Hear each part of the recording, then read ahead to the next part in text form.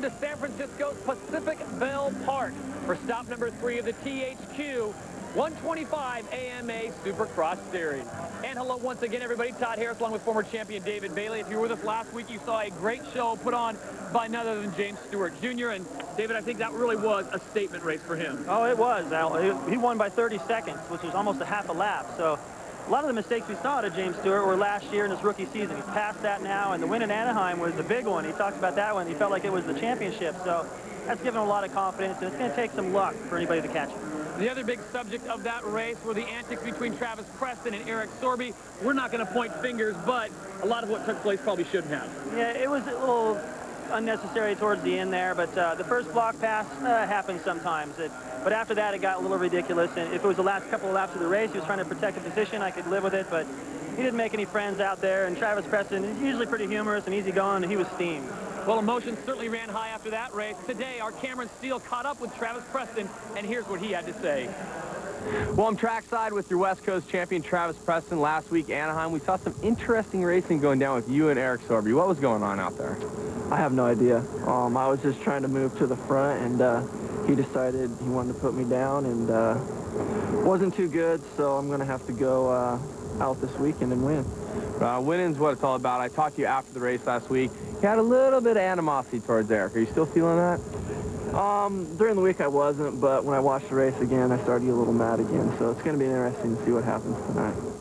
Well, there's two sides to every story, and our Jamie Little had this chance to talk with Eric Sorby. Eric, everybody's talking about, of course, the Anaheim incident and your riding. Tell me your perspective on what happened. Yeah, the last week for my first time this year, I had a good start and second position. I tried to stay on front, but after 5 laps, we have a problem with my clutch. And I know at this time it's finished for me. And when Travis passed me, I tried a stupid block pass. So we won't see any more of that rough block passing. You know, some people love that stuff. Some people want to complain about it, but some people like that rough stuff. Yeah, I know it. I think the first one block pass last week is normal, but the second one is stupid for sure. I know that. I'm sorry for him again. So let's take a look at the THQ 125 AMA Supercross Series standings right now. It is James Stewart Jr. out in front, Travis Preston in second, and Andrew Short currently holding down third. For more, let's join the third member of our broadcast team, Cameron Steele. Well, guys, I'm down here in the stands. We're in San Francisco. First time Supercross has been in the Bay Area, like 10 years. 1992, San Jose, your hometown. This is Steve Caballero. He's a legend in skating, and he loves Supercross cabs. How stoked are you that Supercross has come to Northern California? I'm so stoked, man. I mean, the love's been going down south, but now it's up here, and I think the fans are super stoked to have it here, for sure. Well, I know I've ridden with you. 125 is what you ride. I know you're going to do the crossover challenge next week in Anaheim. Who's your favorite in this 125 race? 259, James Bubba Stewart, all the way. Oh, check it out. I got a little tidbit for you guys, too. Andrew Short, our third-place rider of the points, didn't have much practice. He crashed in the first practice, only about 8 minutes on the track, so keep an eye out and see what he can do. He's going to be learning the track in the heat race. Cab, you ready to go racing? I'm ready. Are you guys ready? Yeah! Oh, back up to you guys. Everybody's amped down here. All right, thank you, Cameron. David, it's now time for the THQ track map. And Pacific Bell Park has never looked quite like this. A long start into a sweeping first corner, and right out of that, you head over the same obstacle into that 180-degree right as you hit coming back out of the corner. And that takes you to the first triple, down to home plate, make a right down the third baseline, through the whoops, over another triple, back through the big section of whoops, another 180-degree corner and step on, step off, more rhythm sections as you cross the starting line and get a signal from your mechanics, a right-hander, and the finish jump. Let's take a look at our Nissan starting grid. Travis Preston, Andrew Short, Chris Gosler, Matt Walker, Craig Anderson, Eric Sorby's in there. Maybe the best name in Supercross, Turbo Reef. Tyler Evans is also in there. We saw a bit of Akira Narita last week. And then you've got guys like Davis Adams, Dudek Garcia, Mertens Best Lord, Mace Wiggin, and Mick Bride. So this is it. The 30 board is up. 20 riders. We're going 6 laps. The top 9 make it to the main. The other 11, unfortunately, go to the LCQ last chance qualifier, which no one wants to go to. And we are racing in Pac Bell. They're going tight, hugging that corner, and something's got to give. Preston didn't get the best start, but he tucked around the inside, and he's not too far back. As they make that hard right-hand turn, we've got a little bit of carnage on the track, but the rest of the riders get out, and it looks like they're going to open things up right now. Out in front, as we look at our leaders, 120, Steve Mertens, out of Sonoma, California. He is our current leader and looking very fast in there. The scary part on the opening lap of these 125s is that the obstacles are so close to the face of the triple. You get some guys at the last second decide not to go for it. The rider behind him committed. That happened on the first triple. But so far, everybody got away clean. Craig Anderson's currently running in second. Anderson out of Corona, California, but his Mertens on the Yamaha 125 out in front. Speedy Motorcycle and Power Yamaha FMF out of Sonoma, California. And the green flag is out. We are racing in Pacific Bell Park. Anderson back there is known for getting great starts. He got the whole shot in Phoenix, and it was Mertens who was second behind him, I believe. So here they are, role reversal. And Tyler Evans right there, number 64, was able to go for the triple just out of view. Another rider going off the track back there, but Anderson couldn't do it, and Evans went for it. Of course, a freestyler. He's known for his jumping ability, and he used it to make the pass. Shane Beth went off the course with 64 right now. He's moved into second place, and that is our guy, Tyler Evans, sporting the helmet cam, 22 years of age, out of Salinas, California, 4-year pro on the ECC Suzuki. See all those guys over to the left? That's the mechanics. Pretty hard to read that board. You really got to be paying attention. A lot of times guys go through there, and if they don't really need to know anything, they don't even look. They're just looking at the line. Tyler may give us a look at the lead. He's fast enough to get up there and challenge Mertens. Well, he looked great last week. Wouldn't that be something for the helmet cam to get the victory here? That would be great. People would want to start wearing it. The helmet cam bringing good luck. Anderson getting rid of a tear-off. They typically line up with 4 or 5, and then if they get a good start, they get rid of a couple right away because it clears up that vision just a little more. Craig Anderson, riding for Boost Mobile Yamaha Troy Racing out of Australia. Now living in Corona, California, Southern California, real hotbed for Supercross racers. And Anderson doing a great job right now. But our current leader, 120, is Steve Mertens. On board the Yamaha Speedy Motorcycles Powerhouse Yamaha FMF Troy Lee ride. Preston's the one on the move right now, turning quick laps. He's just behind his teammate. You can see him coming out of the corner from the finish there. He's worked his way up pretty good. The first lap was a little sketchy for him. Here he comes to the triple, already up to 5th. Yeah, I think if he ever gets his starts down, Dave, this kid is going to be dangerous. Well, you know the problem for him getting starts, I think he's 6'2" or 6'3" maybe. And yeah. Being a big guy at a 125, you know, if you made Chris Gosler, who he's chasing down, carry an extra 20 pounds around, that's tougher to get some acceleration out of the motorcycle. So, you know, he's fighting a weight battle just like LaRocco is in the 250 class. Those guys are pretty heavy.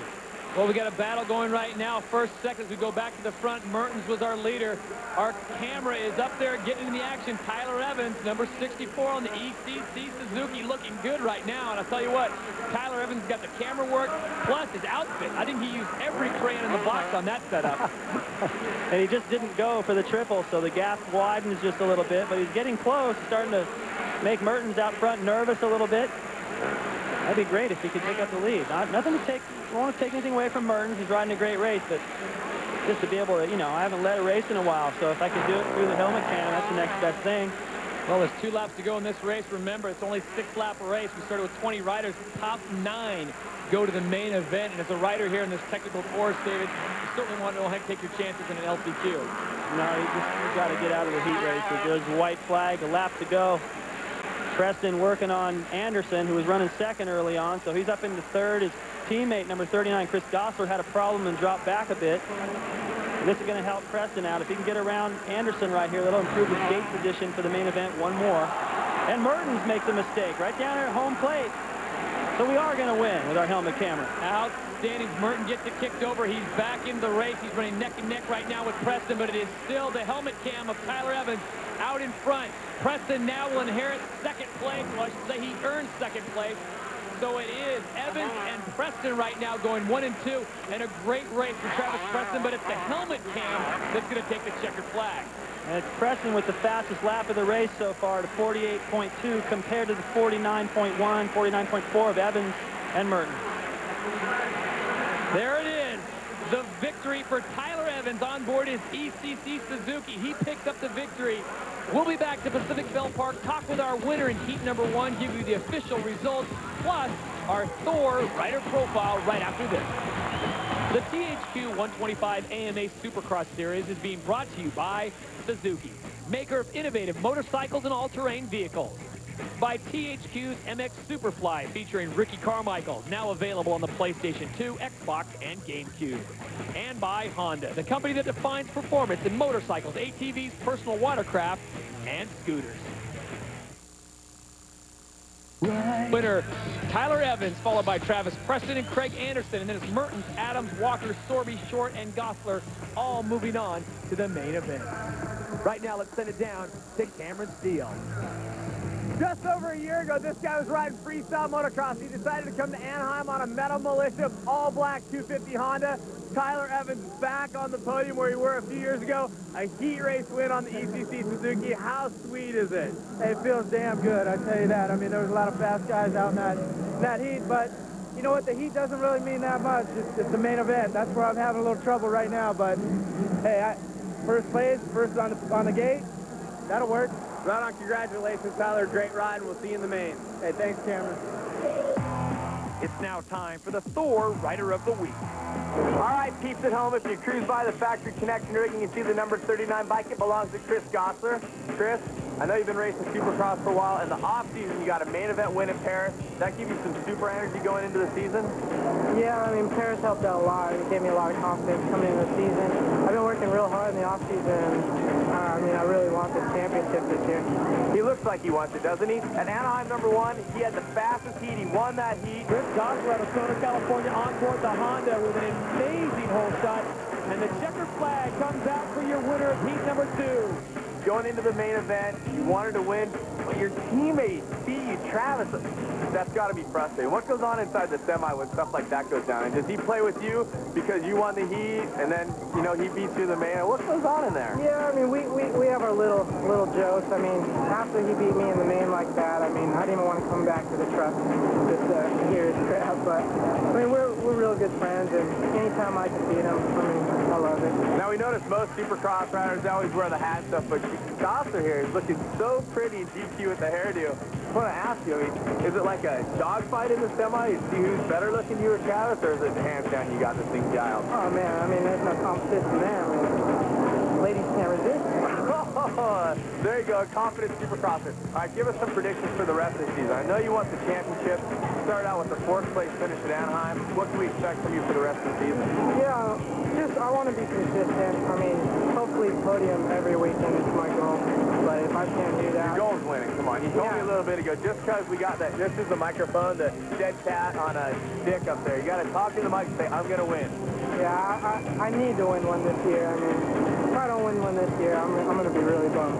All right, well, we'll tell your family to hide the knives and all the sharp objects in the house because, you know, if he doesn't win, it could get dangerous. Josh, we'll see you out there. Have some fun, and, well, back up to you guys upstairs.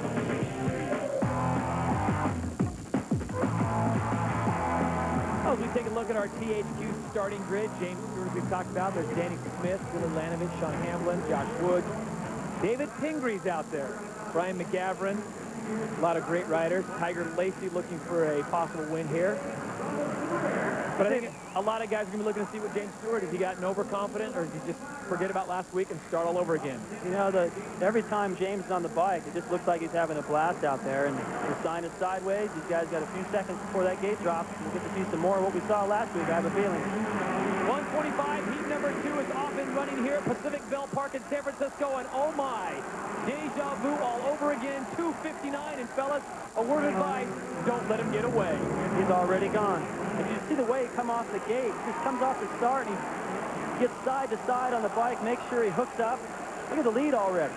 I mean, what does that do for you if you're Brian McGavran and he's got a great start? That's good for him, but Stewart's already going the other way. And the rider on infield, the track, having problems right there. Looks like it was Tiger Lacey that had problems. He's back up and riding right now. But I'll tell you what, if you're Jeremy Albrecht, the tuner for James Stewart, I'm looking for a raise right about now because that bike, with a good rider on board, is absolutely flying. The Kawasaki is working tonight in San Francisco. Now, 245 goes down. We've got problems right there on the track. Fortunately, no one else hit him. That's Tommy Harrison out of Simi Valley, California, on board the Suzuki. Gets a little dicey in the back section, but take a look at everything's but dicey right here. Nobody near him. I got an idea, though. He could wheelie that first loop and then jump the last three. That'd be a faster timing. Surprised he hasn't figured that out yet. He's figured out everything else. And for these guys, they're going over the triple. Stewart's coming the other way, and that just ruined. Right now, they're going, okay, who's going to get second in the main event? They're already thinking there's no way we can keep up with these teams. That's Brian McGavran currently sitting in second, and Josh Woods sitting in third. Woods out of Flint, Michigan, on board the KTM Red Bull KTM racing machine. Looking very good. We've seen some flashes of real promise from this young man. Brian McGavran out of Marietta, California, on board the Suzuki Temecula Motorsports Fox PJ1 Universal Varner Sun Suzuki, looking good as well. But you make a great point. It's got to be a little bit disheartening knowing how well they're riding full tilt, and they're not within even, what, 100 yards with James Stewart? Yeah, he's already all the way down the straightaway. They just came out and looked at and heading down the next one. So he's clear out in left field right now. We can actually say that. He's out in left field. Pingree running good. Number 51 coming into the picture right there. You know, we always talk about how funny Travis Preston is. Yeah. David Pingree's pretty funny. Got to be the funniest guy in this heat. Folks, I'll tell you what, if you don't have a subscription to RacerX, get one. It's worth it to read David Pingree's article on Electronic Ping. The kid has some pretty interesting and humorous insight. Billy Lanovich, 132 on board the KTM, is on the move right now. We said early in the show how great his starts have been. And right now, Lanovich is in seventh, so he's going to need to get that KTM just rocking if he wants to get up there. Remember, we started with 20 riders. They're only going 6 laps. The top 9 go to the main event. The other 11 have to go to a very dicey LCQ.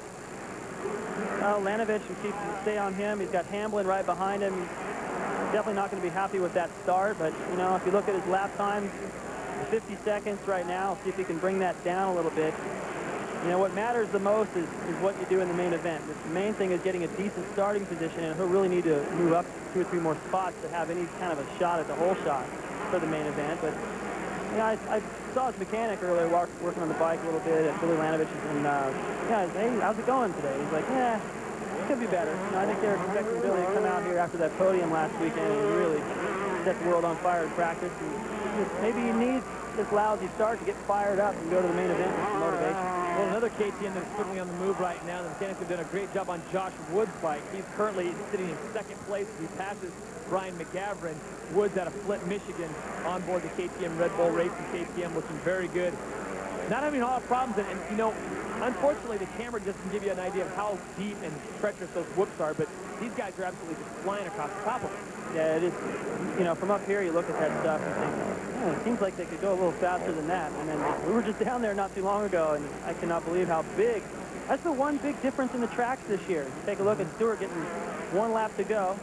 These, the whoop sections, the whoops are bigger and further apart. They're more like jumps. So you don't see the guys staying across the tops of them like we've seen for the past few years. These guys that build the tracks are going, you know what, we've done that. Let's do something a little different and challenge these guys some. Stewart, the last lap through here, tried to wheelie 3, like I was saying, messed it up. Couldn't do the triple, but he's got a mile lead, so it didn't affect him too much. Well, I'm just handed a stat by our stage manager, David Stanfield, saying how James Stewart Jr. is doing 2 seconds faster on every lap than the rest of the field, and that's got to be a little bit disheartening to see that happen. Well, that means that he can get a bad start and probably still come up through the pack and win. He's patient enough now to do that. He doesn't have far to go before we may see a whip.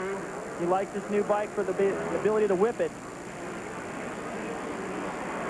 And there is your winner in 125, heat number 2. James Stewart picks up yet another victory, sporting the fuchsia and looking awfully good. You know, he's been holding his stomach a little bit. I wonder if when he made that little mistake there, Lanovich coming across, if he didn't just get the handlebars in his stomach a little bit. He kept holding it, and we didn't really do anything too flashy over the finish line, and he seemed in a hurry to get over to the podium. So there, see, he's doing it again. We're going to step aside. When we come back, we'll have official results and our winner interview, as well as Suzuki's on track when we return to Pacific Bell Park in San Francisco, California.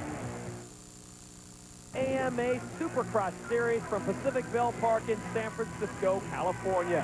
Here are our Suzuki Heat 2 official results. James Stewart picks up the victory, followed by Josh Woods, Billy Lanovich, Brian McGavran, and David Pingree rounding out our top 5. Right now, let's send it down to Cameron Steele. I'm standing here with Moto2 winner James Stewart, who's normally got this big smile on his face, real happy, maybe ready to break out and dance, but James, you're grimacing. What happened? You had a little miscue out there?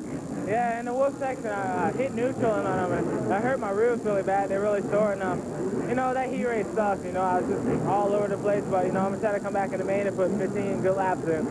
I know that you were concerned a little bit earlier. I was talking to J-Bo and your mechanic about you weren't feeling great on the track, but did you realize that everybody's having problems on this track? It seems kind of hard for the 125.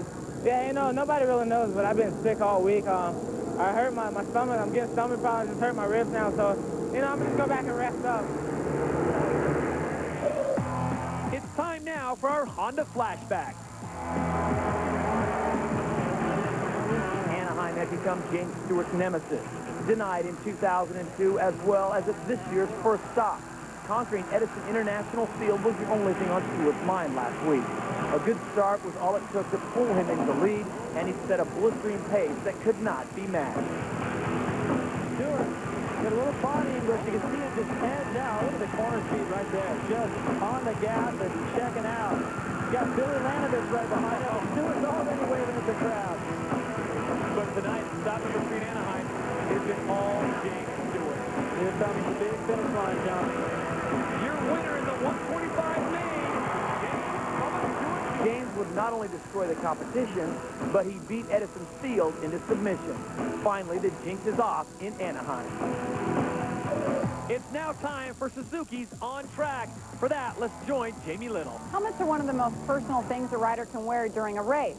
He's allowed to design it, choose his colors, and choose where the stickers go. But no matter how you look at it, a personality shows through in the helmet.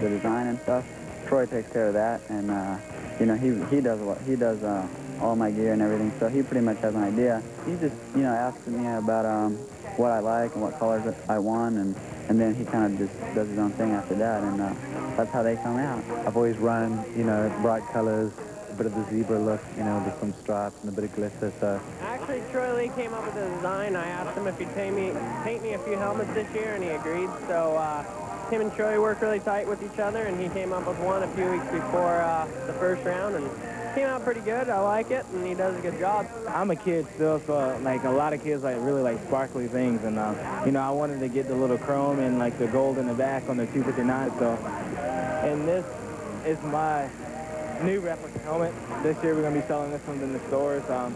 The same thing, the black chrome and everything. I wanted it for it to be more, you know, shiny and stuff. You know, I got the little zebra stripes on here, a little bit of pink, a little bit of blue in it. Yeah, actually, the very first time I got the new helmet, I always drop it on the ground. And it crushes it right away. You know, it's like a thing we have, you know. Never ride with a new helmet. And I didn't mean to drop it that much, but, you know, it just kind of slipped down and rolled on the ground, so I was kind of bummed. But, you know, oh well, I didn't crash last week when I wore it, so it was good. Hey, see if you can join us in person, our upcoming events, as we make our way south to San Diego, California on February 8th. Then it's off to Minneapolis, Minnesota, followed by a trip to Atlanta, Georgia. When we come back, it's time for the 125 main event.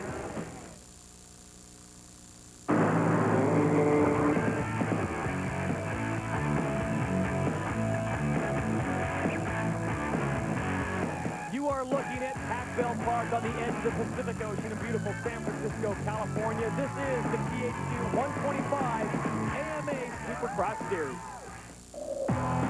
It's now time for our McGrath moment. Here's the charge to turn number 1, and Jeremy McGrath is out front again. The rookie. Back in 1993 in the Emerald City of Seattle, Washington, Jeremy McGrath was going for his second win in a row in his rookie year. He had a great battle with Brian Swink, but in the end, it was McGrath who took home the victory. Swink, on the contrary, is just coming at him like Jack the Bear. He actually got a wheel alongside. Here's that same scenario. Now let's see what happens. He did it again. He took the line away from Swink. He's actually crossing over in front of Swink. Whoa!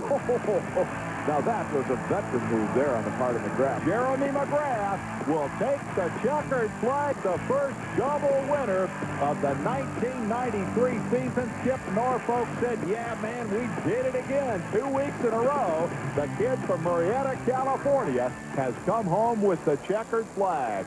Well, yeah, Bob, of course. You know, I want to win as much as anyone else wants to win. You know, it's a great series, and couldn't do it without my bike and my mechanic, Skip Norfolk. Good luck. Thanks.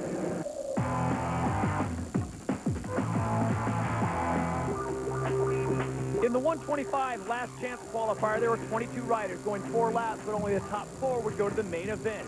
Picking up the whole shot and getting a great start was Turbo Reef. Right behind him was Pascal Leray on the KTM. Shortly after this, he was able to move around into the lead, but it was number 93, Josh Hansing, finishing right on him with the fastest lap of the LCQ. They both make it into the main event. In the next 2 in line, Tiger Lacey edging out Turbo Reef. And those are your Nissan qualifying results.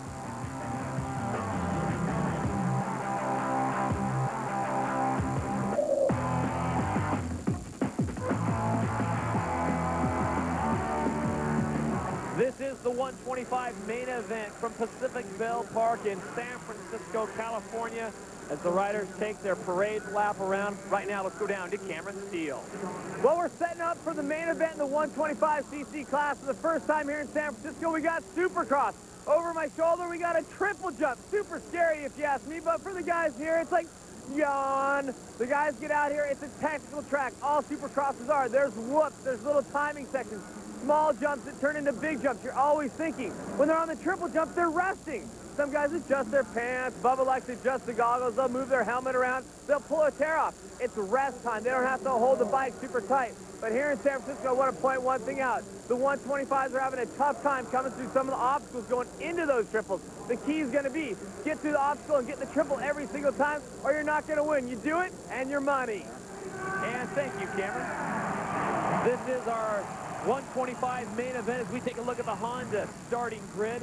James Stewart is there, Tyler Evans, Josh Woods, Travis Preston, Billy Lanovich, Craig Anderson, Brian McGavran's also in there. And there you see the second pace, 917, Eric Sorby, Andrew Short, another great rider, Chris Gossler, Pascal Ray, Tiger Lacey, and of course, my man, number 99, Turbo Reef. Shot of Preston there on the far inside. You see the tear-offs on his goggles out to his left. Reach out there and pull those away. The sign is sideways, about 4 seconds, and this main event is underway. This is the 125 main event from Pacific Bell Park. Let's take a look and see who gets the SXGP.com hole shot. Going right to the front, it's Team Green, the Kawasaki rider, just blowing past. And then guess what? Welcome to Mr. Stewart's world. Well, Sorby had a great hole shot. I talked about it. I was kidding around a little bit that he won the parade lap. He's right back out front where he planned on being. He's already gotten passed by David Pingree, who's worked his way into second. So Pingree, maybe that was smart. He followed Stewart around during that warm-up lap and looked at all the same stuff Stewart looked at, perhaps. But he's up front. Sorby gets him back. But those Moto World Suzuki riders running 3 and 4. Good starts for those guys. Good for Kawasaki as well. Let's see what happens with Sorby this week. Big topic of, for conversation after some of the blocking and stuff last week. He's very sorry, apologized on the and you know internet, he apologized in Cycle News, he apologized everywhere. Give him credit. It would have been easy for him to just take a defiant stance and say, forget all of you, but he came out and said, I was wrong. Meanwhile, look at the lead. Just like the heat race, it doesn't matter that you put everybody in there in the main. You got all the toughest riders. Stewart is still gone. He made a little mistake down this straightaway, lost his rhythm, but he can afford to do that with a 4 or 5 second lead already. Meanwhile, Chris Gossler is on the move. He has already moved himself up into 4th position, putting heat now on Pingree and Sorby. Christopher Gossler, number 29, on board the Honda CR125R. Number 39, correct that. Amstel Chaparral Honda factory connection. His tuner, Frank Latham, doing a great job. Gossler's one of those guys we talked about a few weeks ago that if Stewart and Preston have their problems, Gossler will certainly be there to pick it up. Yeah, he's fast enough. I saw him, he was walking back from the track in his street clothes, and I was on my way over here to take a look at some stuff. I was like, come on, Chris. He just laughed like, I know, I could do better than I've been doing. And His teammate, though, Preston, is way back in the pack. He blew it right off the start, and he's just inside the top 10, but the title is starting to slip away now because you got, oh, nice pass by Gosler. So he was right. He didn't mean business tonight, but his teammate is having a much tougher time. Yeah, Preston slides back, so Chris Gosler makes a great block pass on Pingree, moves up. Travis Preston continues to have his problems. Now, this is a longer race, 15 laps. As Gosler takes a look over to find out exactly where James Stewart is, he's heading in the opposite direction. Chris Gosler currently sitting in 3rd place. James Stewart about 100 yards out in front. How many times have we said that this year? And in 2nd place, here's Storby. If you look at the pass one more time on Pingree. No, Gosler's just going to aim over to his right a little bit and jump all the way into the corner.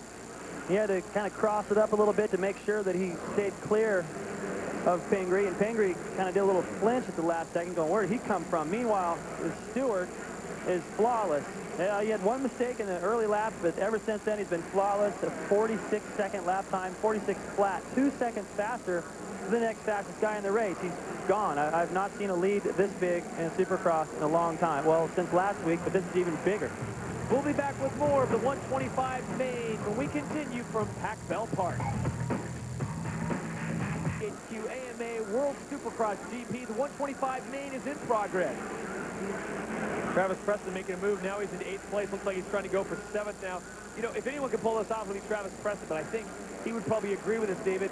He doesn't want to have to do this week in and week out, start 6th, 7th, 8th, and 9th, and work his way up to the podium. Now this is going to kill him. Picked up another spot on Mertens right there. Next on the list will be Andrew Short.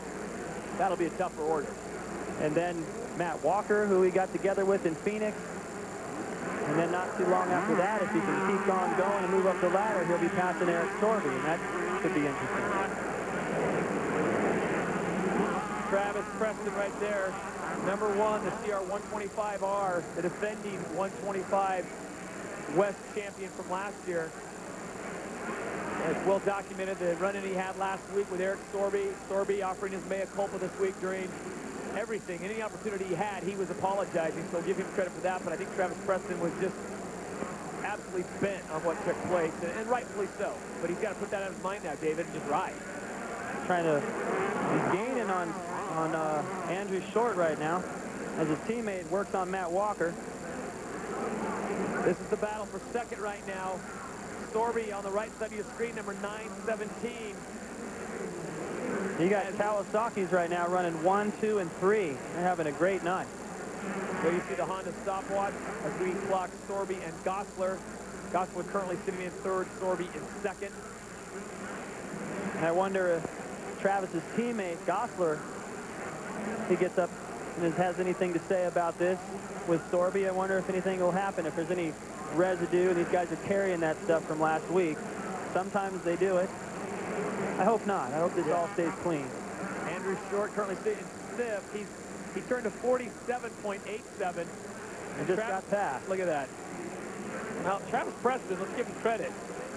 Triples into that corner. Yeah, he's just when it was starting to look ugly for him, and it still does in terms of where James Stewart is on the racetrack. Almost a half a lap ahead of him at this point. Well, what's just disheartening for other riders is James Stewart just lapped Tiger Lacey only halfway through the race.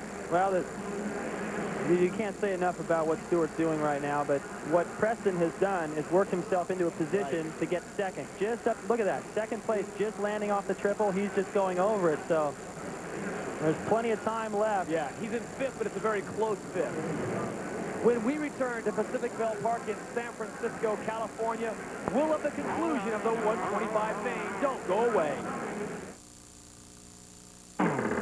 Main is winding down.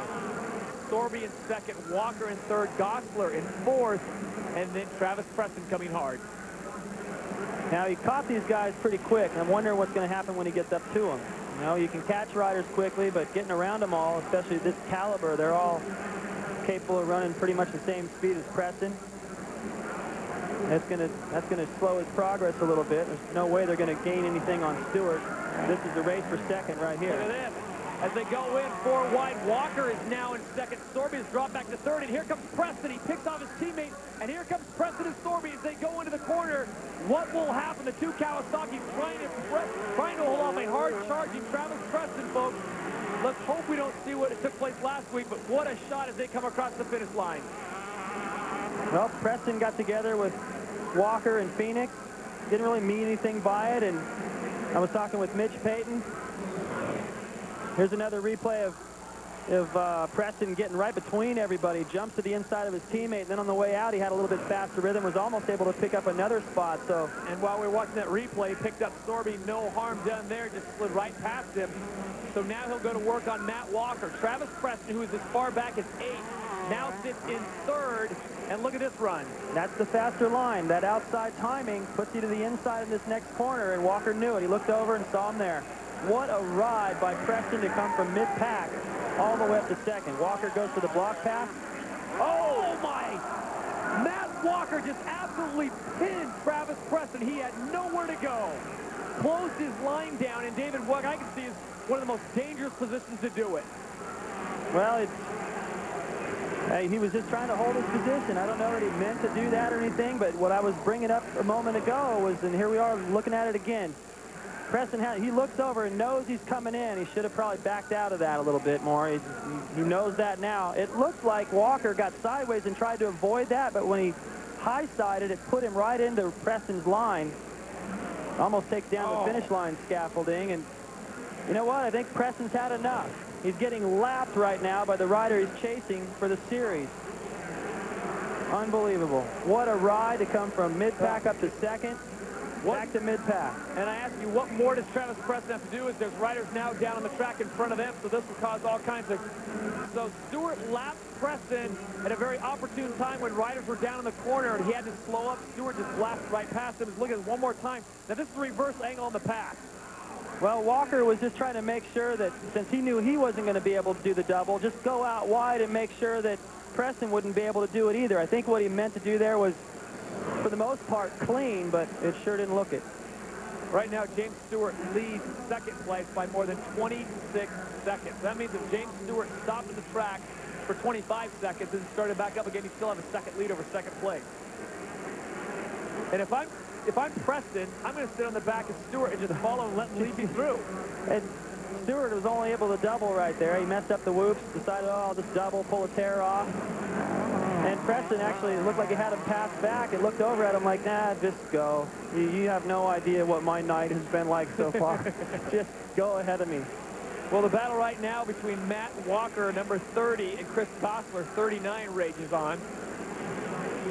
Well, this thing with Walker, remember when he was in 2nd place and Preston got together with him in Phoenix, and that ruined his race. So I don't think Walker really meant to do it, but I don't think he feels terrible about it. He's been there, done that.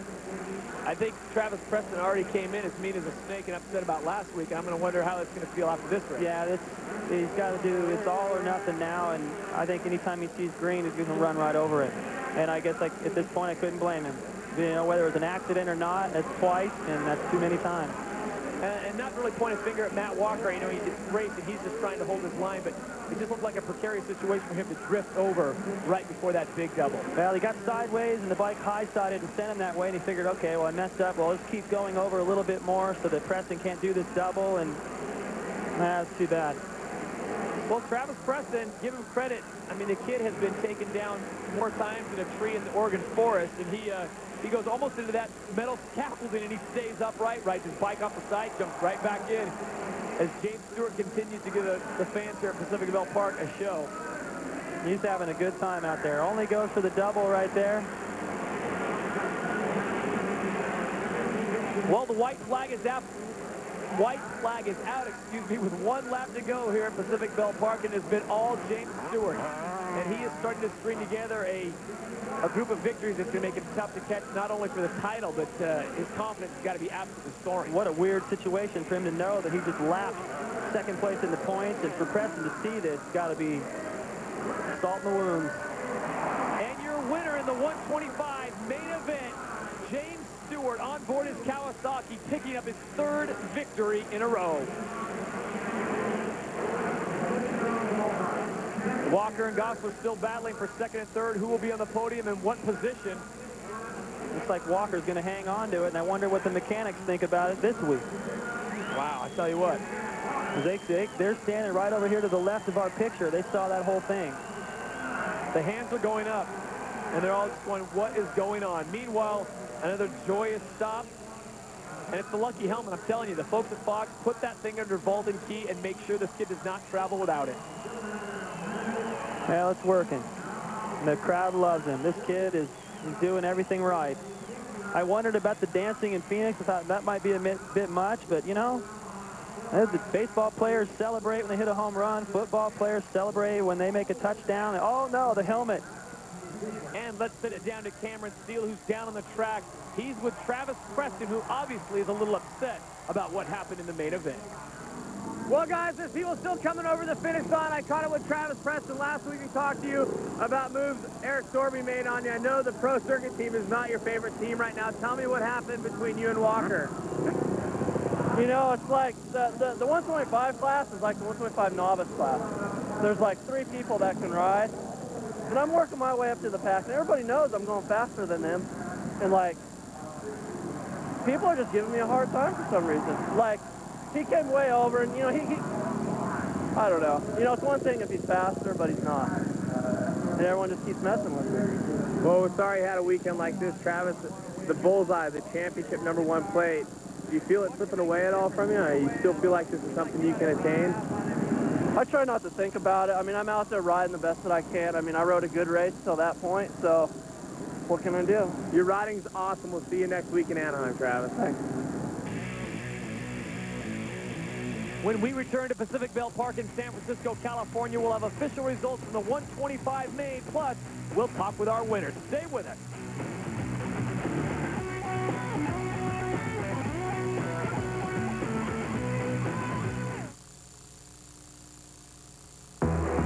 Everybody's Supercross Series has been brought to you by Suzuki, maker of innovative motorcycles and all-terrain vehicles.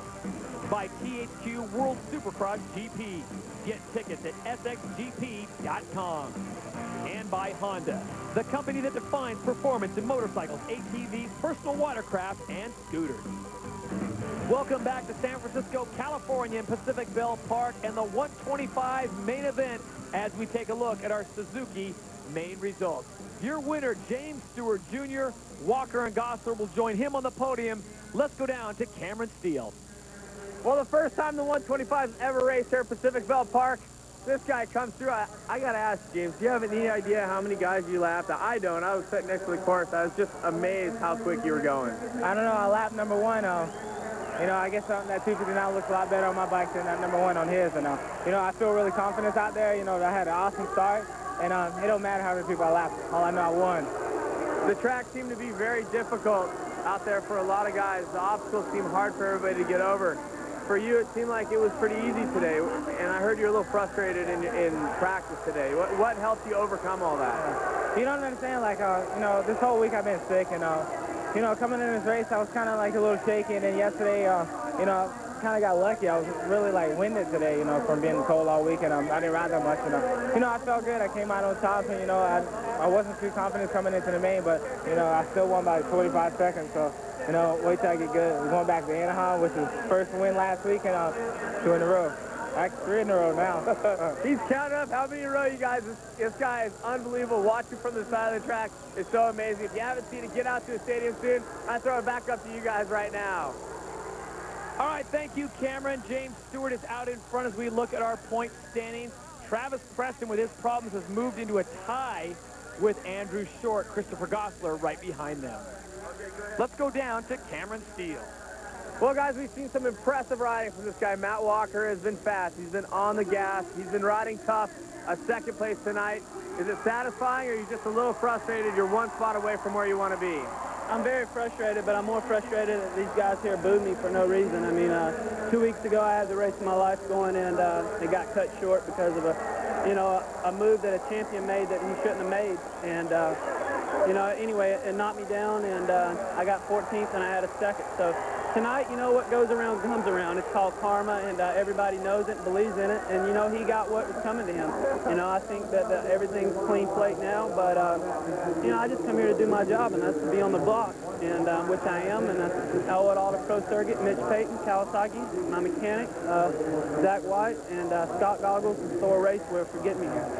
Hey, Matt, I want to ask you, you came inside on Travis, and it's part of the race, and you take the line, it looked like he tried to shove himself back in there. Were you aware of what happened to Travis behind you? Yeah, I mean, I was sitting there and saw it all. I closed the door on him, and he still tried to gung-ho it and be heroic and I guess try to jump the finish line. And I don't know, I guess he hit the flagger or the pole or something. I don't know, he went down. But, you know, that's racing, you know. You can't cry about it. I didn't cry about it when it happened to me at Phoenix, you know. Wasn't much said about it, but when it comes around on him, you know, it's a different story. I don't think it should be like that, or I don't think, you know, the media should play it up to be like that, you know. If it happens, racing, and I did what I came here to do. Hey, Walker, great race, man. Thanks a lot. Thank you all for watching. All right, thank you very much, Cameron. Remember, you can join us live. We've got some great cities we'll be visiting in the next few weeks. Qualcomm Stadium in San Diego, California. Then we head to the frozen tundra of Minneapolis, Minnesota. After that, it's a nice jaunt down to Hotlanta, Atlanta, Georgia.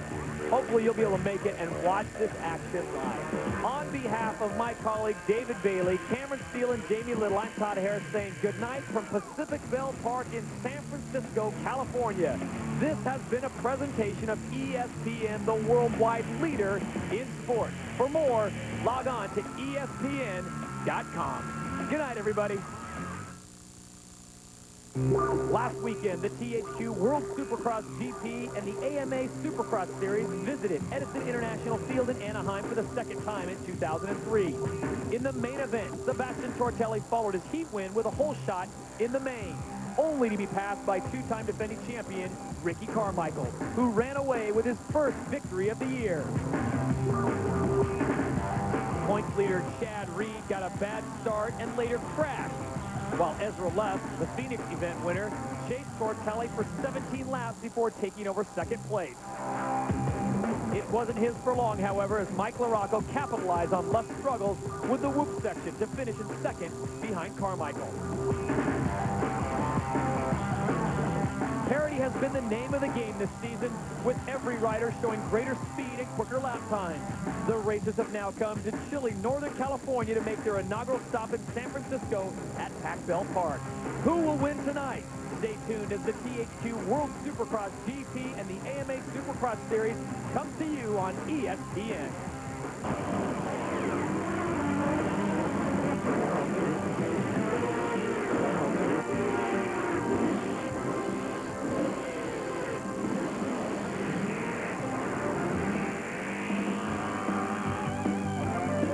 Welcome to the Pacific Coast and the city by the bay. We're in beautiful San Francisco, California, and Pacific Bell Park for what should be a great night of Supercross racing action.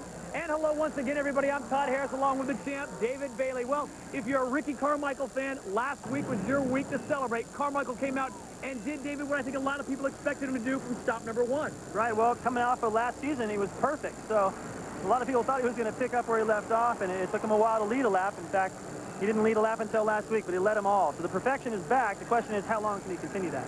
How about number 5, Mike LaRocco? Somewhat of an up-and-down year thus far, but the Rock looked pretty good last week. Well, you know, he's been up and down for good reason. He got plowed into by Pastrana the first race. He's been a little bit sore, but if anybody can come back from that impact, it's the Rock.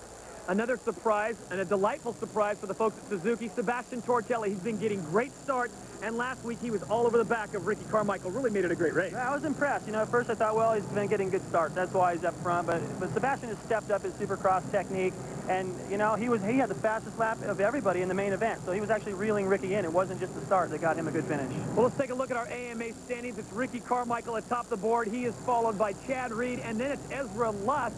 And Chad Reed last week looked so good until he went into that one corner a little hot. The bike came out. Also, Ezra Lusk, a lot of things on his mind this week. Newborn baby. Well, you know, and congratulations to Ezra. This is great, and I think that he'd like to win this one and say, hey, I won on your birthday when you were born. But you know, they put on a great race in the heat race. I hope we get to see more of that. That it was good, clean racing, and I think Ricky's counting on those guys making a few mistakes along the way, and he'll be able to pull away. But these guys are hungry too. Let's take a look at our THQ standings right now, and it is Chad Reed atop the board, followed by David Villeman and Timmy Ferry. So Yamaha continues to have a stranglehold on the THQ standings. Right now, let's join the third member of our broadcast team, Cameron Steele. Well, boys, I caught up with someone that has something a little special to tell us. The number 11 Chevy truck, Kawasaki rider Ezra Lusk hanging out with me. You've got 14 Supercross wins. You have a title, but something really special happened this week, didn't it? Yep, 1021 at 121.03. We had a little baby boy, Hayden Patrick Lusk, 6 pounds 3 ounces, and he's the reason why I'm here tonight and going to win this race for him. Hopefully bring home the win, so it gives you a little bit more special drive coming out here to San Francisco, first time ever event. First time ever here. It feels great. You know, it's an awesome stadium. I've seen the stadium on TV, and hopefully I can win here for the first race and win the first race for my baby boy. There you go. You heard it. He wants to win, and that's a pretty solid statement from a guy that we know can win. Back up to you guys upstairs. All right, thank you, Cameron. David, it's now time for the THQ track map. And here it is, the first Supercross track in Pacific Bell Stadium. Takes you down into a sweeping first corner, a lot like Phoenix. You go in and out of that corner over the exact same obstacle, and that takes you into the first big triple. Down to home plate, you make a right, go through all those whoops to the next big triple. Then you come back through the long section of whoops, and these are a lot bigger than they've been lately.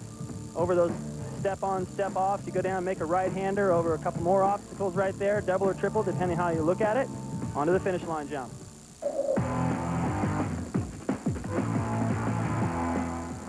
As we take a look at our Nissan starting grid, it's Chad Reed, Ezra Lusk, David Villeman, Mike LaRocco, Ivan Tedesco, Vern Brown and Johnson, and David Huffman, Paul Carpenter, Eric Vallejo, McCormick Wilson, Smith Campbell, Blows Castillo, Northrup Coke, and Casey Lytle rounding out the 20 competitors in this heat. Remember, only the top 4 go to the main event. 5th through 20th will go to semi number 1, and we're going 8 laps. The car inside which we are racing in San Francisco. 22, Chad Reed gets a great line and a great start. His teammate Villeman gets out, finally gets a decent start. He's got Lusk right behind him, then LaRocco. Top 4 guys in this, all right there. Well, this is exactly what Chad Reed needed last week. He had one of the best heat races we've ever seen as he battled for several laps with Ezra Lusk. And here comes David Villeman. The Cobra is striking. Well, he had a shot at the lead right there, and he made a mistake, couldn't get off that plateau, and went from 1st to 3rd. Ezra Lusk smartly dove in, saw what was taking place, took a different line and dove in. He had 2nd place, but don't count David Villeman back. I think this one young man, David, after a victory in Geneva, Switzerland, he is very hungry to get back on that podium. Yeah, he's been a little uncomfortable. Didn't ride that well in Phoenix. Last week, he actually sprained his wrist in the heat race, so he just survived the main at 8th place. Doesn't have anything to do with his speed or potential. And this afternoon, he was the fastest in practice, so he's getting more comfortable, and I expect him to get up and keep these guys company the rest of this race. Well, we saw what took place last week in Anaheim, and it looks like it's shaping up to do it just again. This whole battle right here began in Phoenix, Arizona at Bank One Ballpark when Ezra Lusk really hammered away, and we've got a rider down right now. He does not look like he's in good shape. We will get more on that. Campbell is down, and Ted Campbell, number 76, out of Apache Junction, Arizona, on board the Subway Honda. We'll find out what happens with Ted Campbell. Meanwhile, David Villeman, Ezra Lusk, and Chad Reed lead this heat number 1 of the 250 class, with the top 4 going to the main. And this is where Campbell went down, so they're going to be forced to roll this triple. So it looks a lot like the main event at Anaheim last week, where whoever can roll those the fastest might make a little gain. And here we go again, Reed and Lusk putting on a great show. This time they got Villeman in there, LaRocco back up, pick up anybody makes a mistake. Wow, that is like the main event right there. This is what we're going to see a lot of, I have a feeling. The way the track's designed, it's been excellent out there. Because it's kind of soft, a little gravelly here and there, you're going to see the lines change quite a bit throughout the race. And that's going to probably create a little bit more lines for passing, and should make great racing. None of these guys can really get away from each other. Villeman's able to reel them back in at times and then make a mistake, but the fact that he can keep reeling them back in is a good sign that he's back on pace. Ted Campbell with some serious problems right now as they're having to roll past him. This is the 2nd lap they've done that, so obviously the medical team are going to take their time with him and make sure he's all right. But here comes Ezra Lusk. If you're Chad Reed, David Villeman starting moving on the inside, bounces back out to the middle. But if you're Chad Reed, as I was saying a moment ago, you got to be thinking to yourself, not again. Ezra Lusk all over the back of him. Well, he knows what to expect, that's for sure. Now Mike LaRocco's got number the frame. Look at David Villeman. Villeman looking for any kind of spot to get past Ezra Lusk, and he's going to have it right here. Not enough time as they go into the corner. Villeman dives down below. Mike LaRocco right behind him. So really, those four men are doing battle right now as they come around one more time. We'll return to San Francisco, California, and Pacific Bell Park. And when we come back, we'll have the conclusion of heat number 1 after this. The THQ World Supercross GP and the AMA Supercross Series is being brought to you by...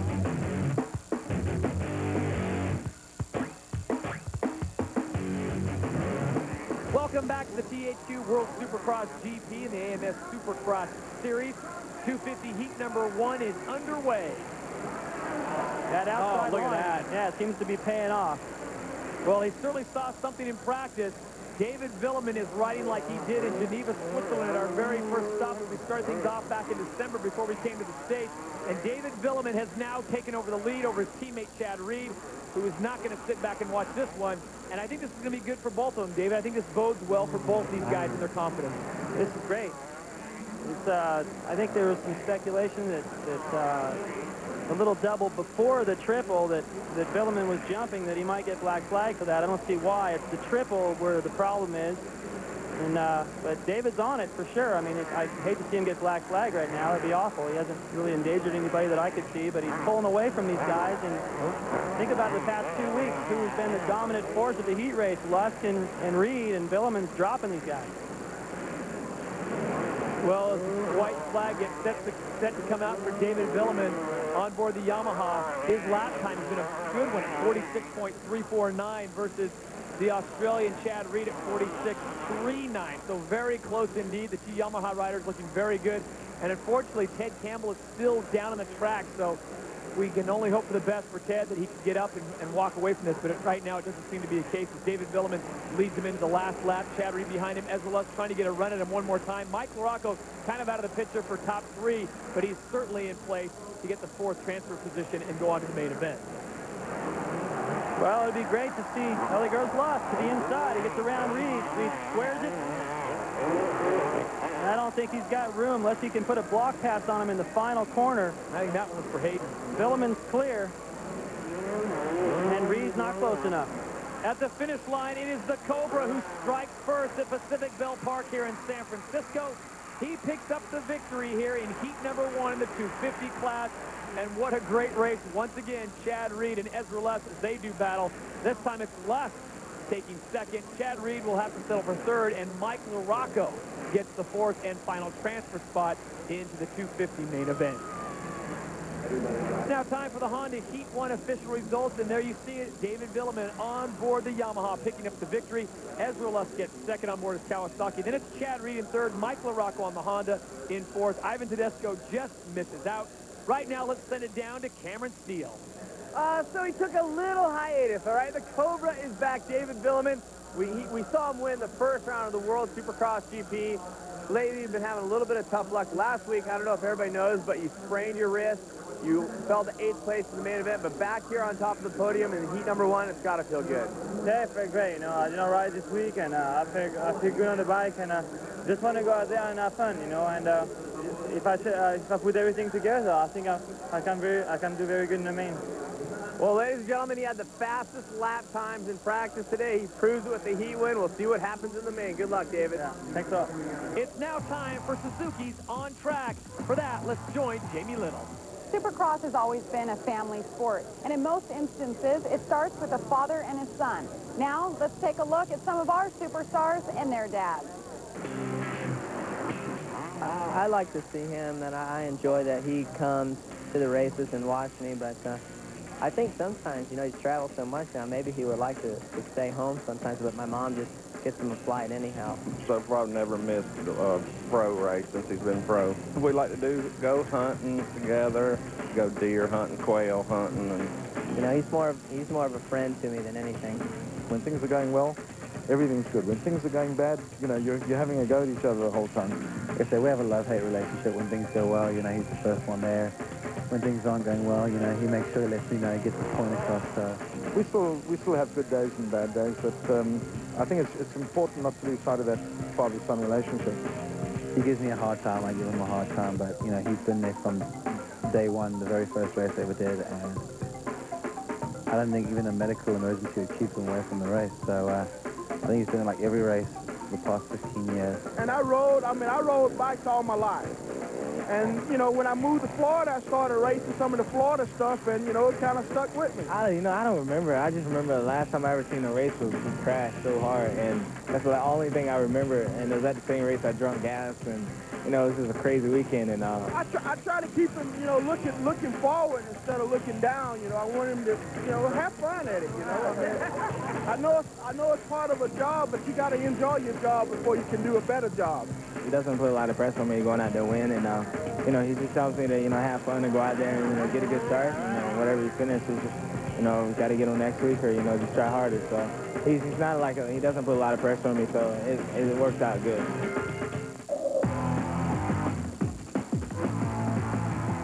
A little bit of good news to pass along. Ted Campbell is going to be just fine. Great to hear, and we hope to see him back up and racing in the near future.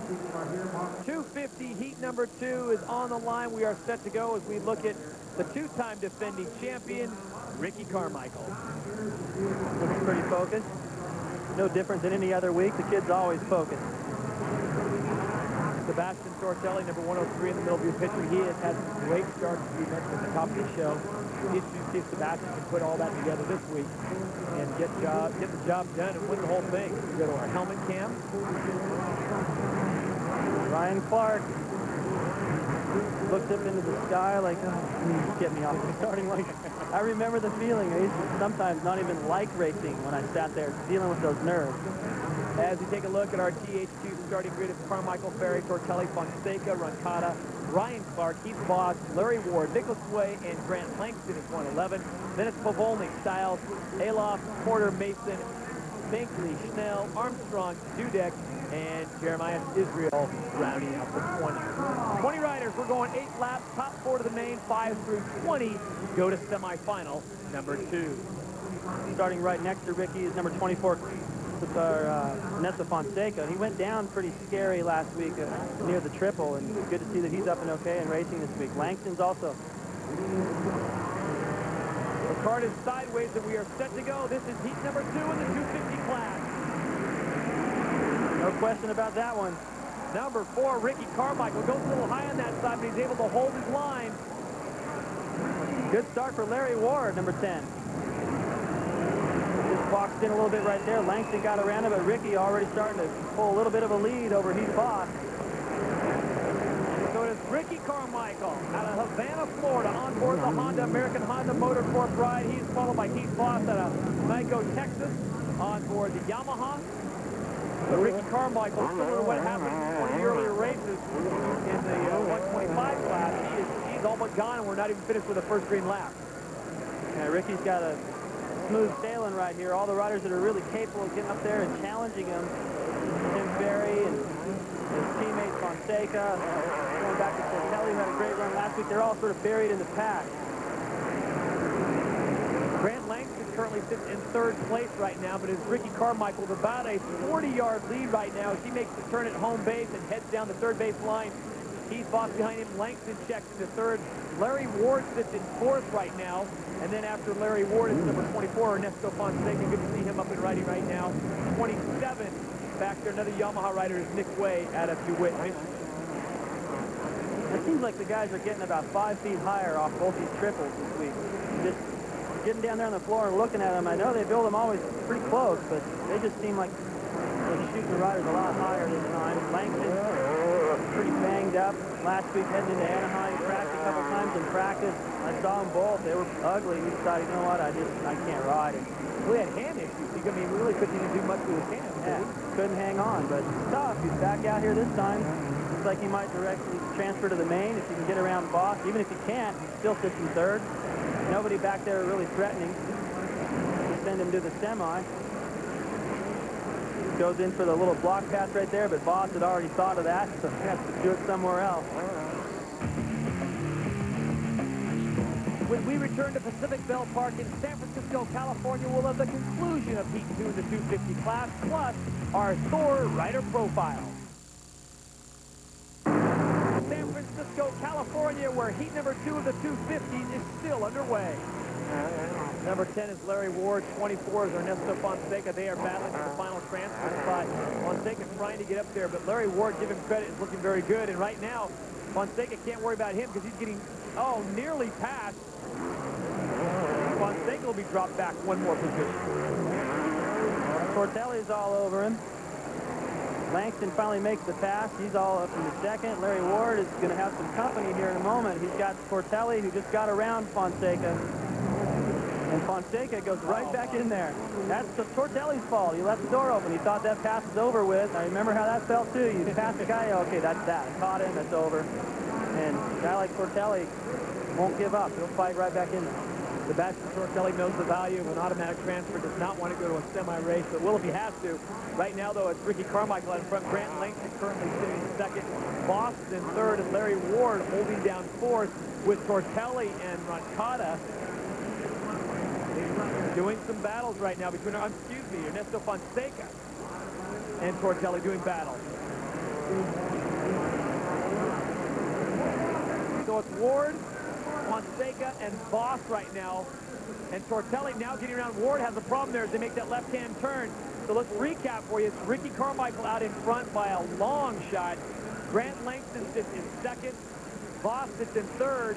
And here comes number 24, Ernesto Fonseca. Carmichael's picked up a new line up ahead of these guys where he's going down this next straightaway and he's tripling over one of the biggest jumps there. I didn't see anybody do that in practice. He maybe saved that or he snuck it past me. I don't know, but that's where he's picking up that fast lap. Tortelli turned to 46.52. That's the second fastest lap of the night. Ricky Carmichael is a long way out of this. He's not even with an eye shot, these guys. So Ricky Carmichael will bring it back around as we are on lap 7 and 8. Grant Langston sits in second, and there's the battle continuing to rage on between Ernesto Fonseca and Sebastian Tortelli, number 103. This is a good one, too. Voss is feeling the heat right now. Larry Ward already dealt with it. They blew by him. He made a mistake, couldn't jump the finish line double. Then he was trying to hold the inside in the corner, got sideways, and they all just blew right by. Third, fourth, fifth, and sixth, all within contention of getting one of those top 4 transfer positions. 24 is Ernesto Fonseca. Tortelli comes in hot, does not have the power to get around him, so it's Fonseca who sits in third. And the white flag is already out for Ricky Carmichael. And Ricky's looked so good, David. I think we touched on this at the top of the show, but last week was somewhat of an epiphany for Ricky because he came out and a lot of people were saying, what's going on with Ricky Carmichael? What's going on with the Honda camp? And he just came out and the best way to silence the critics, he said, is win, and that's what he's done. I know. This is the approach of the section. He's doing something a little different. We'll see if he does it again on the last lap. Jumps all the way into the corner right there. Now watch this. Jumps off and he triples this.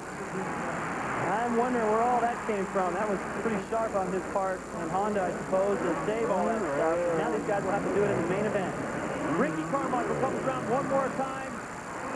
Saves the whip for later on, but he is your winner in heat number 2. Ricky Carmichael by nearly 10 seconds. If you go back in the back of the pack, here we go. Coming through, Grant Langston. 24 is Ernesto Fonseca.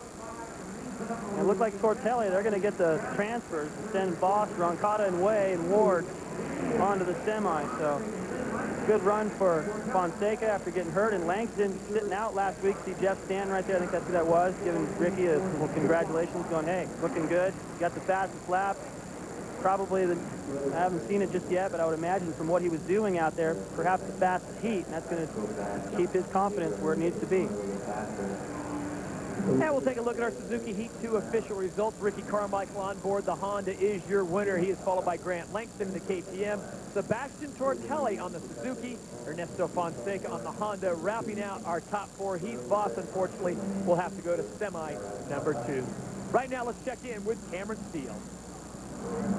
Right on, the champ is back in fine form. Ricky Carmichael up here winning heat number 2 on the 250s. Ricky, we haven't seen you win a heat since Anaheim 1, you were saying, right? Yeah, it's been Anaheim 1, and feels good to get back on track. You know, this is where the night starts, you know, trying to win this heat race and put in the fastest laps and the fastest heat race time. And Honda's working good tonight. It's going to be a long main event, though. You won the last event we were at, winning the heat race. What's got Ricky Carmichael back in the groove? I tell you, I just made some adjustments to my bike. The Honda's working excellent, and you know, once you get that first win, you can kind of get the ball rolling. So not cutting anybody any slack. You know, they're riding good, and I feel like I'm on par right now. You're the champ. I want to ask you, we're in San Francisco for the first time. I was checking out some of the terrain out there. There's some rocks going on. There's a little bit of different stuff floating around. Yeah, there is. There's a lot of rocks, so the dirt chews up a lot. So it's going to be interesting. The track is going to be beat up in the main event. So it's going to be pretty grueling out there. Right on, Ricky. We'll see you in the main. Thanks a lot. It's now time for our Thor profile. So last weekend at Anaheim, everything just kind of snowballed, you know. I didn't start out the weekend like I wanted to on Friday, and I can't really say one certain thing that really held me back last week, because there was a few things. Coming into the race this weekend, I knew I wanted to try to make a better showing, and if I had any shot at this championship, I needed to do something now. I did it. I started out on fire yesterday, just trying to ride with us guys and get my pace up, you know, and what can I say? I won my heat race, and after that, I knew I could do it. I just had to be up there at the front of the pack at the beginning. Yeah, the race I had with Chad tonight, you know, I knew that if we stuck together and just pulled away from the pack, and maybe later on the race with a few laps to go, I'd try to make something of it. And I just stayed right on him as close as I could for the whole race, and at the 15-lap mark, I tried to make my move, and he made a couple mistakes, and I was able to capitalize and make that pass up to the finish line. You know, we all are racers, and we love to race. We know what it takes to win, and we're going to have to ride aggressive. We all know that, because we're professional athletes. We got to do what we got to do. After the race, we're buddies. We'll go eat and hang out. Ezra Lusk doing such a fantastic job, just hanging right behind Reese. I never stop believing, you know. I always keep my faith in myself and in the good Lord that, you know, I can do it. And I never once believed that I couldn't. I think if I ever did, then I wouldn't be racing. So I always knew I could do it. I just needed to get it together and not quit letting myself down. Well, you know, me being the only guy on the team, I did it for a long time with Honda. I won 11 Supercrosses over there, or 9 Supercrosses. And that's not a record, but it's a pretty good bit of wins. And I can do it here. You know, I got Bubba that I race against every weekend on the watch. So he's like my competition. Time now for our Honda flashback. Last week, Anaheim's event saw one of the best heat races in Supercross history, as Chad Reed and Ezra Lusk dueled for nearly 6 laps. Back from him, and look at this, Ezra Lusk right at the back wheel. Chad Reed just slides to the 1 second, and here they come. Ezra Lusk does it. Wow.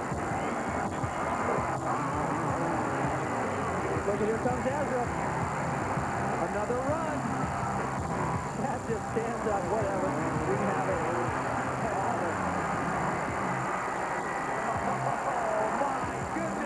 Here he comes. Ezra almost wheeling out as they come to the finish line. And it'll be Ezra Lusk. In the end, the crowd had won as they witnessed some of the most spectacular Supercross racing ever.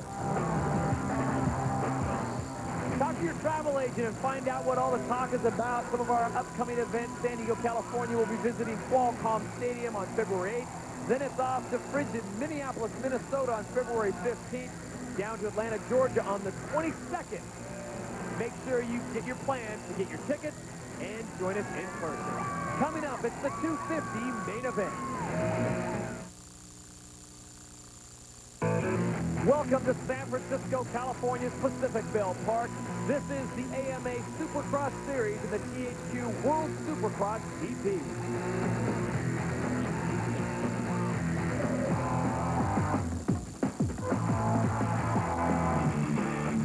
In the 250 semi number 1, it was all Michael Berg from Australia. He got a great start, David, and never looked back.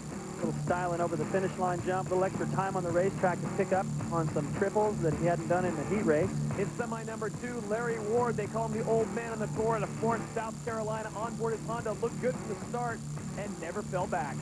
Now he's got just enough experience to stay out of trouble, but this is our cameraman, Ryan Clark, in all kinds of trouble, way back in the pack, having to fight his way through, but it wouldn't be enough to qualify in the top 5. You see all the banging going on in front of him. But Larry Ward, as he rolls the finish line jump ahead of Ron Cotta, is in the main. So that would send our cameraman and the camera, Ryan Clark, to the last chance qualifier, but in the LCQ, he would not disappoint, turning his fast lap time of 46.65, assuring himself a spot in the main event. Well, he followed Damon Huffman around the first corner, then Huffman got through the pack a little bit quicker. Ryan making a pass right here on Clark Stiles down the inside.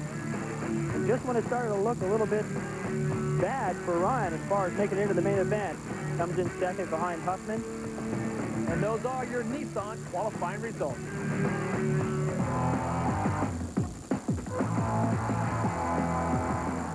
Well, this is it from Pacificville Park in San Francisco, California, on the shores of the Pacific Ocean.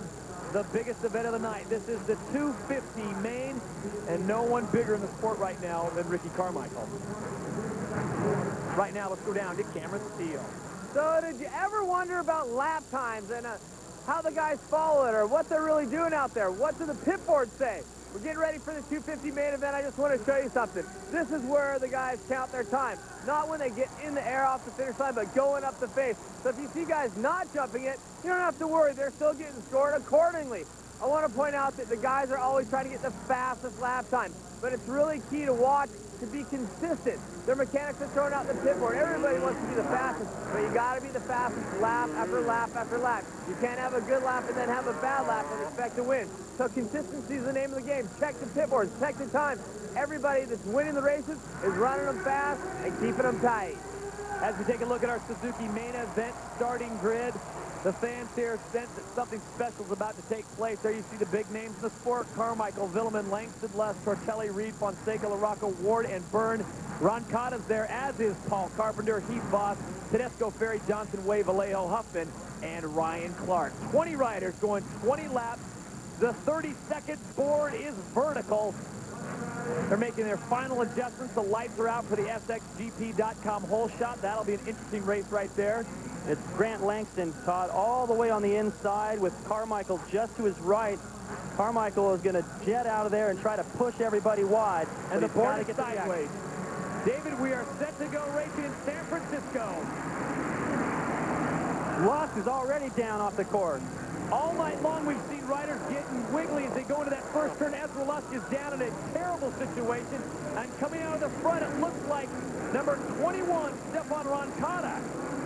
And right behind him, Paul Carpenter. Unbelievable. I knew that bike had power, but he finally got that power put to the ground. He's in front of Carmichael. Look at it one more time on the right side of your screen. Riders getting sideways. Tortelli hitting. Looked like Lusk to his left. Bumps Lusk. He had nowhere to go, but right into the side of the finish line jump. Cameraman going down. Carnage before they even got to the first corner, and that's going to hurt Ezra's points. Well, California's known for their traffic, but a full signaler on the first turn. You got to be kidding me.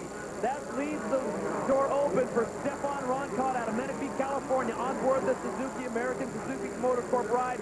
Looking very good, and look at this. He's already got a bit of a lead. Ricky Carmichael has now moved into second place. He got past your man Paul Carpenter out of Ithaca, New York. So it goes Roncada and Carmichael 1 and 2. Now, I like to try to keep things positive, but the last time I can recall Carmichael and Roncada getting together wasn't too far from here, an outdoor national of Sacramento, and it wasn't pretty. Carmichael won that battle and shoved Roncada up into the hay bales. There's Ricky jumping that triple. Roncada did it right in front of it. So that tells you Roncada is not kidding around out here. He means to win this race. He's taking the chances he needs to take to try to hold Carmichael back there. Something tells me Carmichael's going to inch up on him little by little.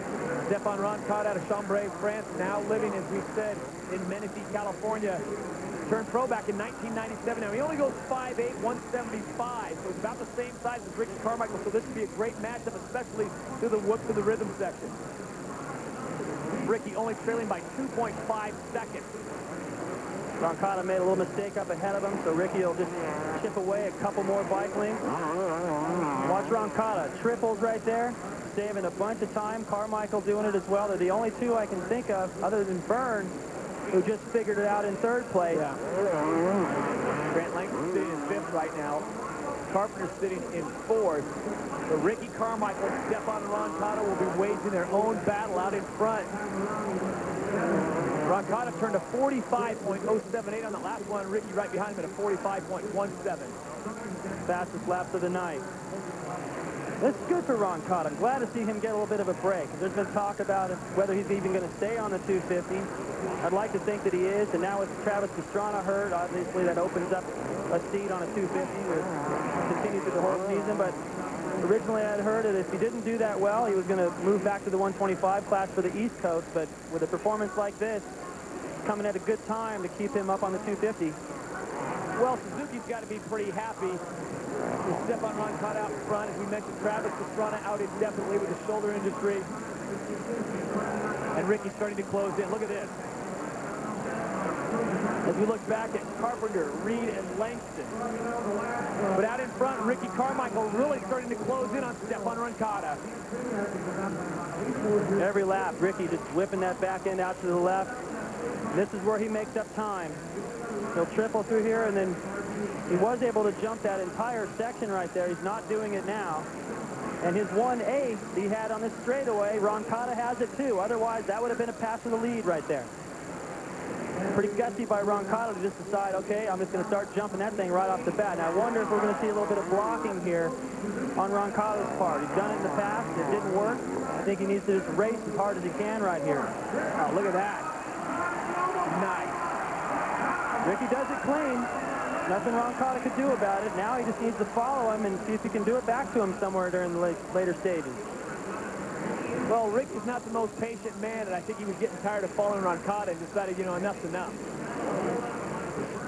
Now see if Ricky can go to his usual rhythm through here. Nope. I think he realizes with a huge lead over third place, Ricky doesn't need to do that stuff anymore. And here's another look. He sets Ron Cotta up. This was beautiful. I didn't even think he was going to go for this that soon. He triples to the inside of that corner, takes a big chance, comes up short, almost clips that tough block on the inside, but that's what makes Ricky so amazing, is that he takes little chances like that, gets away with it, and look at the lead he has now. Ron Cotta, not a match for Ricky, and you look at the big lead they got back over third to Byrne. Carmichael can, boy, he could stop and take a breather here in a few more laps and probably still win this race. We'll step aside from San Francisco, California, but when we come back to Pacific Bell Park, we'll have more of the 250 main here on ESPN. Welcome back to San Francisco, California. The 250 main is in progress here at Pacific Bell Park. Well, the two Australians doing battle right now. Meanwhile, Ricky Carmichael has a lead of over 2.5 seconds. His last lap was a 45.178, but this is a good battle right here. Well, I'm pretty impressed with Byrne. Yeah, no question. He's from Australia as well. Chad Reed, also from Australia, did a little nosedive right there. That was sketchy. I think Chad's patient right here, realizing, well, you know, we're closing in on Ron Cotta a little bit. Ricky's pretty much gone, but keep charging. There he goes. He's got it inside.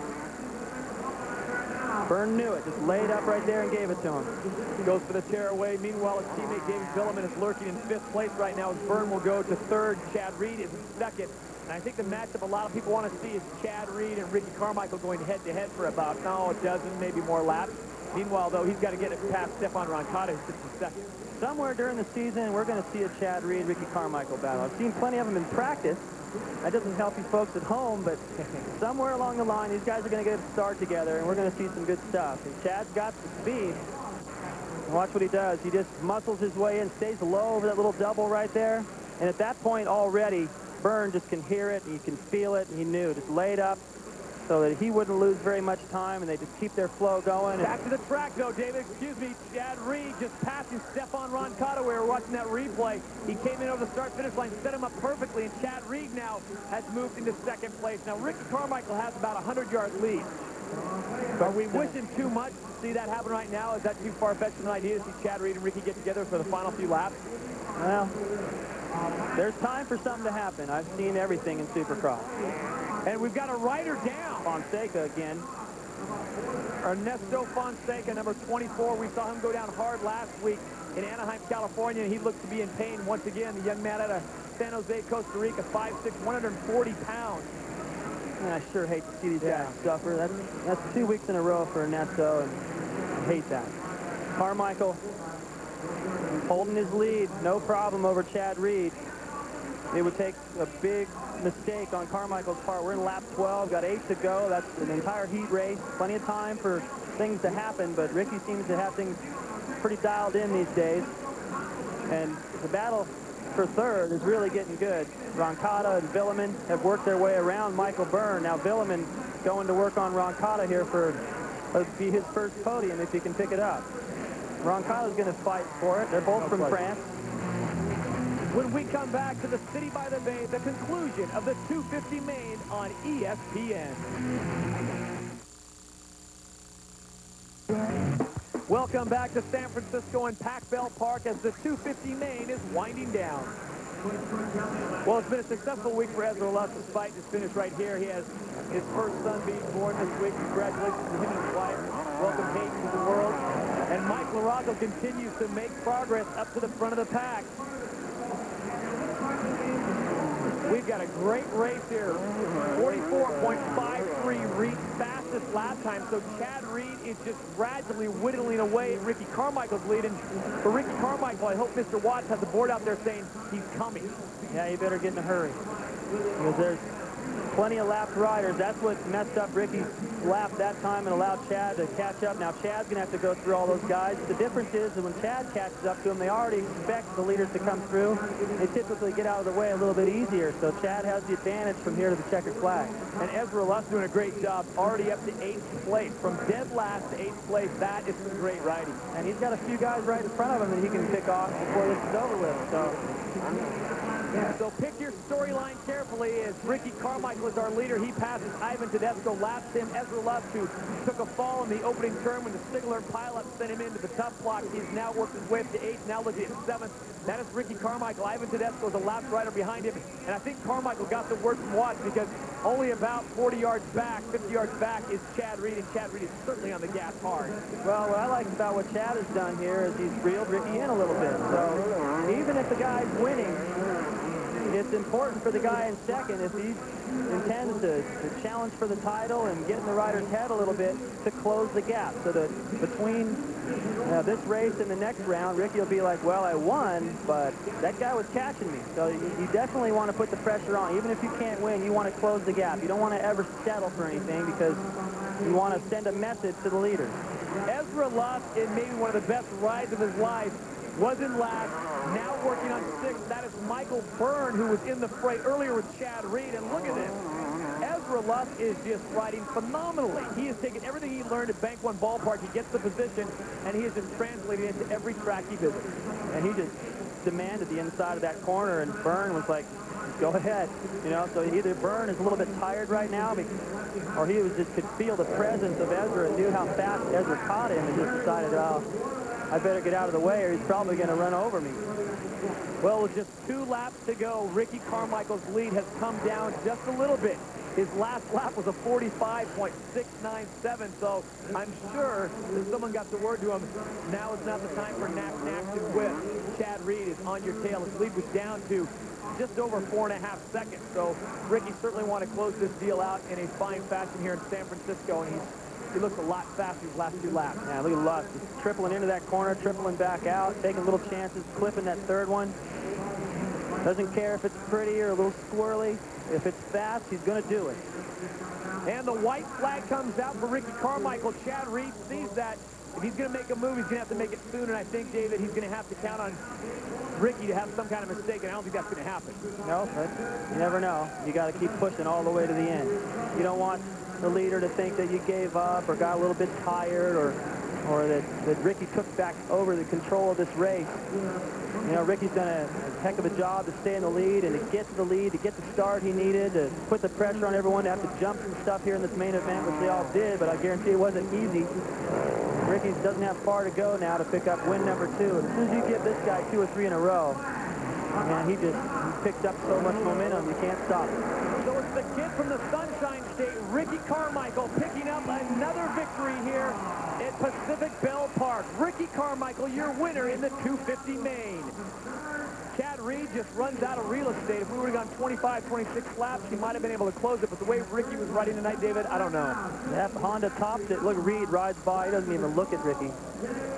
There's Reed, and then Villeman, his teammate, finishes right behind him, and then their teammate, Tim Ferry. So Team Yamaha, if it wasn't for that darn number 4, they'd be looking good up on the podium, but Ricky is just too good. Ezra Lusk, give him credit, getting all the way up in the 6th position after going dead last off the start. Ricky Carmichael, that was solid. Yeah, he knows. He knows how important that start was, and he always gets it when he needs it the most. When we return to San Francisco, we'll have official results and interviews right after this short break. Series and the THQ World Supercross GP has been brought to you by Suzuki, maker of innovative motorcycles and all-terrain vehicles. By THQ World Supercross GP. Get tickets at sxgp.com. And by Honda, the company that defines performance in motorcycles, ATVs, personal watercraft, and scooters.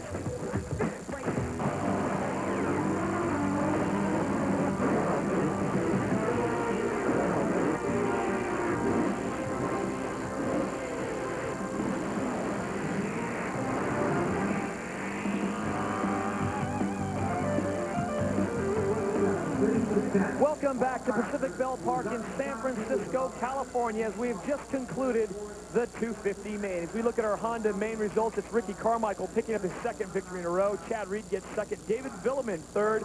Then it's Ferry and LaRocco rounding out your top 5. Right now, let's send it down to Cameron Steele. All right, guys, well, the 2-time defending Supercross champion is back in the saddle again. Ricky Carmichael feeling pretty solid, standing atop the podium. What's been going on? You just seem like you are cruising. It was a good night for me, Cameron. I won the heat race and won the main event. I got killer starts, and, man, it feels so good to get back up top and get a little streak going here. You know, it was important for me to win this weekend and to back up my win last week. And going to try to keep it going. You know, I want to come out of California with the points lead and go back east where I feel comfortable on the dirt, and you know, you have a little more trust in that stuff. All that matters is you're standing up here, you got the ESPN mic, you got the trophy, you got the check, the points. It's all good. You won. It's all good. I got points. You know, I'm 6 ahead now, so we're going to try to keep it going. There you go. It's all good. Ricky Carmichael, a happy winner. Back up to you guys. All right, thank you, Cameron, as we take a look at our Honda Series standings. And no surprise, on the back of his 2 back-to-back victories, it's Ricky Carmichael leading a very talented pack. For more on the field, let's go down to Cameron Steele. Coming into the event here in San Francisco, Chad Reed was leading the points for the THQ World Supercross GP, and he still does, Chad, a 2nd place tonight. Seem a little bit frustrated with that. You know, my last 2 weekends have been pretty tough, so I'm kind of happy to get those 2 out of the way. And, you know, coming to the opening ceremonies and come together with another rider, and me and my mechanic go down, and I was without a mechanic this weekend, so it's just been a tough weekend, but, you know, that's what real champions are about, getting through the tough stuff, so got a little bit of a bad start, but, hey, I worked hard, and I enjoyed myself. First time in San Francisco, and, you know, we walked away with 2nd. Right on. We'll see you at Anaheim, Chad. Thanks, Cameron. See you guys. All right, thank you very much, Cameron. What a great night here at Pacific Bell Park, and what a great way to start off what should be a long-running tradition. And we've got some more great events. We're stopping at cities all around the country, including San Diego, California, Minneapolis, Minnesota, and Atlanta, Georgia. We hope you can join us. So on behalf of my colleagues Cameron Steele and Jamie Little and the champ David Bailey, I'm Todd Harris saying good night from San Francisco's Pacific Bell Park. This has been a presentation of ESPN, the worldwide leader in sports. For more, log on to ESPN.com.